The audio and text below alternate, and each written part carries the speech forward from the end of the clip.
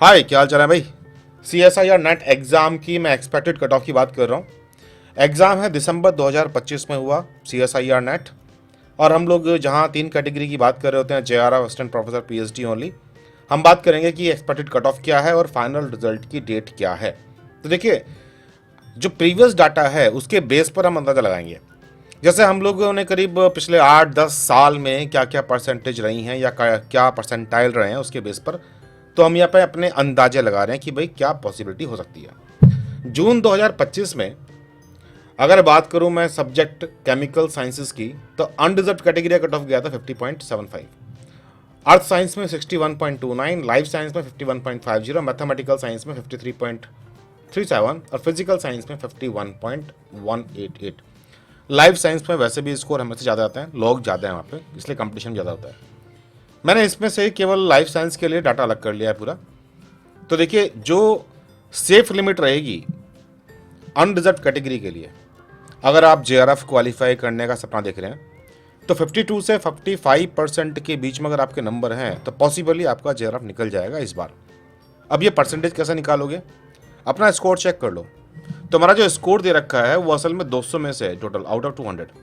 तो सपोज किसी की अगर 85 नंबर है, तो 85 का मतलब हो गया कि भाई इसका है 42.5%। तो ऐसे करके अपनी परसेंटेज निकाल सकते हो स्कोर में से। कहीं कुछ इशू है तो कमेंट सेक्शन में डाल देना, हम लोग तुम्हें सॉल्व कर दे देंगे कहानी को। तो अनरिजर्व कैटेगरी के लिए जो कट ऑफ हम एक्सपेक्ट कर रहे हैं JRF के लिए 52 से 55% के बीच में कहीं पर। EWS कैटेगरी में 45 से लेकर 47% के बेस में, OBC पे 45 to 47%, SC में 38 से लेकर के 40% के बीच में, ST के लिए 36 से 38 और PWD के लिए 25%। ये हमेशा इतना ही रहता है क्योंकि कैंडिडेट काफ़ी कम आते हैं इसके अंदर। तो जिसने भी एग्ज़ाम दिया होता है 25% नंबर स्कोर कर लेता है, वो पास हो जाता है आमतौर पर। अब ये तो थी परसेंटेज की बात।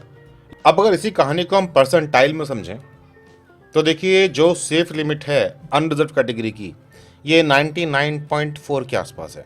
यानी कि अगर आपके 99.4 परसेंटाइल है तो पॉसिबली आपका JRF निकल जाएगा। 96.33 EWS कैटेगरी का था लास्ट बार। तो ये मान के चलो कि भाई अगर 97 परसेंटाइल तुम्हारे पास हैं EWS कैटेगरी में या फिर OBC कैटेगरी में, तो पॉसिबली आपका JRF निकल जाएगा।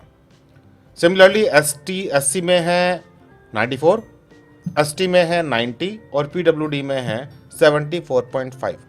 देखिए अगेन यहाँ पर कोई टिपिकल कैलकुलेशन इन्वॉल्व नहीं है, केवल जो प्रीवियस 8 रिजल्ट आए थे उसके डाटा को AI के थ्रू जनरेट करने पर हमारे सामने ये नंबर निकल के आ रहे हैं कि ये हैं सेफ नंबर, कि इनके बाद जो है वो JRF क्वालिफाई हो जाएगा पॉसिबली। बट अगेन ये केवल एनालिसिस है, फाइनल रिजल्ट तो फाइनल पे ही डिपेंड करता है। अब बात आती है एक्सपेक्टेड डेट की। अगेन पिछली बार भी हमने देखा है कि कब एग्ज़ाम हुआ और फिर कब रिजल्ट आया।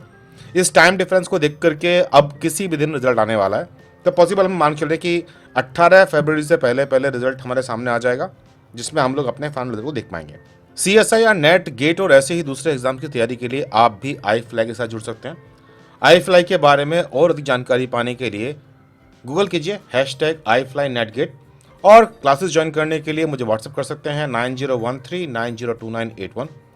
आपके मन में जो भी कुछ कन्फ्यूज़न है या फिर कुछ क्वेरीज हैं तो आप अपने कमेंट सेक्शन में टाइप कर सकते हैं। एज अर्ली एज पॉसिबल हम लोग रिस्पॉन्ड करने की कोशिश करेंगे।